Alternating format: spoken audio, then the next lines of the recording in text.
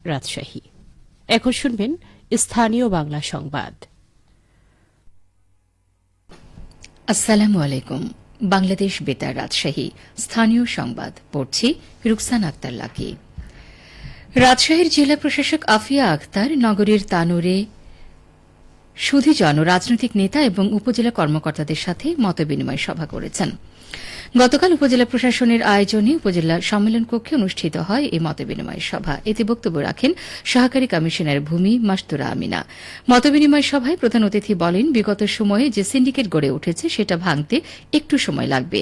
যারা বীজ মজুদ বা সার মজুদ করে বাড়তি দাম নেবে সেটার ব্যাপারে সাথে সাথে অবহিত করতে হবে। সে যত বড় সিন্ডিকেট হোক না কেন ছাড় দেওয়া হবে না। সবকিছু সংস্কার করার আগে নিজের মনের বিবেকের সংস্কার করতে হবে।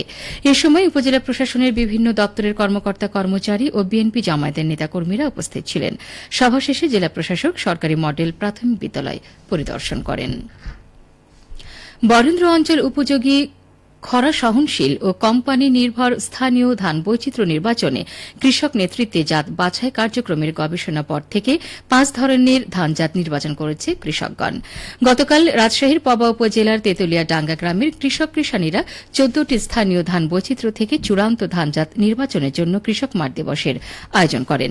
গবেষণা মাঠ থেকে ধান কাটা ও মাড়াই করে রোগ, পোকা এবং ফলনসহ সার্বিক দিকগুলো বিবেচনা করে কৃষকরা তালমুগুর, স্বর্ণমাসুরি, জেসমিন, স্বর্ণলতা সহ তোলাই পাঞ্চি মিলে মোট 5টি জাত নির্বাচন করেন।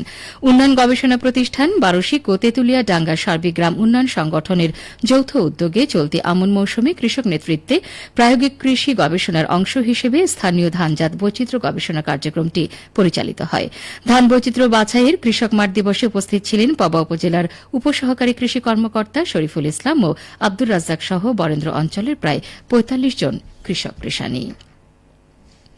নারী মুক্তি, গণতন্ত্র, সামাজিক ও সাংস্কৃতিক আন্দোলনের পুরোধা কবি বেগম সুফিয়া কামালের 25তম মৃত্যুবার্ষিকী আজ।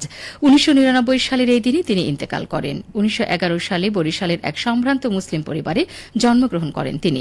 সুফিয়া কামাল ছিলেন একাধারে কবি, নারী আন্দোলনের অগ্রণী নেত্রী এবং ধর্মান্ধতা ও অসাম্প্রদায়িকতার বিরুদ্ধে এক অকুতোভয় যোদ্ধা। ভাষা আন্দোলন, 71-এর মুক্তিযুদ্ধ থেকে শুরু করে গণতন্ত্র ও মানবাধিকার প্রতিষ্ঠার প্রতিটি আন্দোলন সংগ্রামে সুফিয়া কামাল সক্রিয়ভাবে অংশ নেন। সুফিয়া কামাল নারীর অধিকার আদায়ের আন্দোলনকে এগিয়ে নেওয়ার লক্ষ্যে গড়ে তোলেন বাংলাদেশ মহিলা পরিষদ। তিনি শিশু সংগঠন কচি কাঁচার মেলা প্রতিষ্ঠাতাদের একজন। সুফিয়া কামালের মৃত্যুবার্ষিকীতে আজ বেলা 3:30টায় রাজধানী ধানমন্ডিতে তার বাড়ি সাঁঝের মায়ায় স্মরণসভা অনুষ্ঠিত হবে। মানবাধিকার সংস্কৃতি ফাউন্ডেশন, সাঁঝের মায়া ট্রাস্ট যৌথভাবে এই সভার আয়োজন করেছে। আসন্ন অর্থনৈতিক শুমারি সফল করতে নাটোর পৌরসভার শুমারি স্থায়ী কমিটির সভা অনুষ্ঠিত হয়েছে। আজ সকালে পৌরসভা সম্মেলন কক্ষে অনুষ্ঠিত সভায় সভাপতিত্ব করেন পৌরসভার নির্বাহী কর্মকর্তা মোহাম্মদ রবিউল হক। সভায় প্রধান অতিথি হিসেবে উপস্থিত ছিলেন পরিসংখ্যান ব্যুরো নাটোর জেলা কার্যালয়ের উপপরিচালক মোহাম্মদ শামসুল হক। আগামী 10 থেকে 26 ডিসেম্বর অনুষ্ঠিতব্য দেশব্যাপী অর্থনৈতিক শুমারি সফল করতে সংশ্লিষ্ট সকলের প্রতি প্রয়োজনীয় দিক নির্দেশনা প্রদান করা হয়। বগুড়া জেলা জুড়ে আমন ধান কাটা ও মাড়াইয়ের ধুম পড়েছে। পাকা ধান কেটে ঘরে তুলতে ব্যস্ত সময় পার করছেন কৃষকরা। বাম্পার ফলন পেয়ে খুশি তারা। বগুড়া কৃষি সম্প্রসারণ অধিদপ্তর জানায়, চলতি মৌসুমে জেলায় আমন ধানের লক্ষ্যমাত্রা 1,84,520 হেক্টর জমি। এর মধ্যে আবাদ হয়েছে 1,83,490 হেক্টর জমিতে, যা থেকে চাল উৎপাদনের লক্ষ্যমাত্রা ধরা হয়েছে 5,98,316 মেট্রিক টন।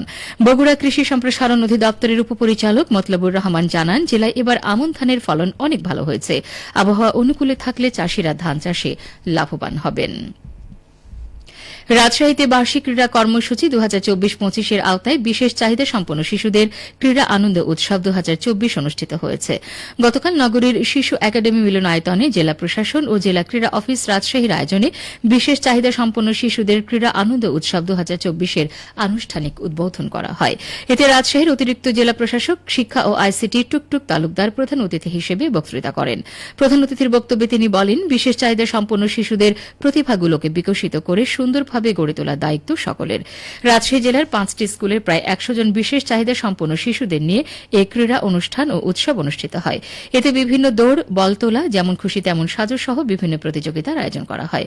প্রতিযোগিতা শেষে যুব ও ক্রীড়া মন্ত্রণালয়ের ক্রীড়া পরিদপ্তরের উপপরিচালক অবসরপ্রাপ্ত আক্তারুজ্জামান রেজা তালুকদার রুমি সহ অন্যান্য অতিথিরা অংশগ্রহণকারী সব শিশুদের হাতে পুরস্কার তুলে দেন। সবশেষে আবহাওয়া। আজ দুপুর 12টায় রাজশাহীতে তাপমাত্রা ছিল 28 ডিগ্রি সেলসিয়াস। এ সময় বাতাসে আপেক্ষিক আর্দ্রতার পরিমাণ ছিল 53%। রাজশাহীর পার্শ্ববর্তী এলাকায় আজ সূর্যাস্ত সন্ধ্যে 5টা 16 মিনিটে। সংবাদ শেষ হল। আমাদের পরবর্তী সংবাদ দুপুর 2টা 5 মিনিটে।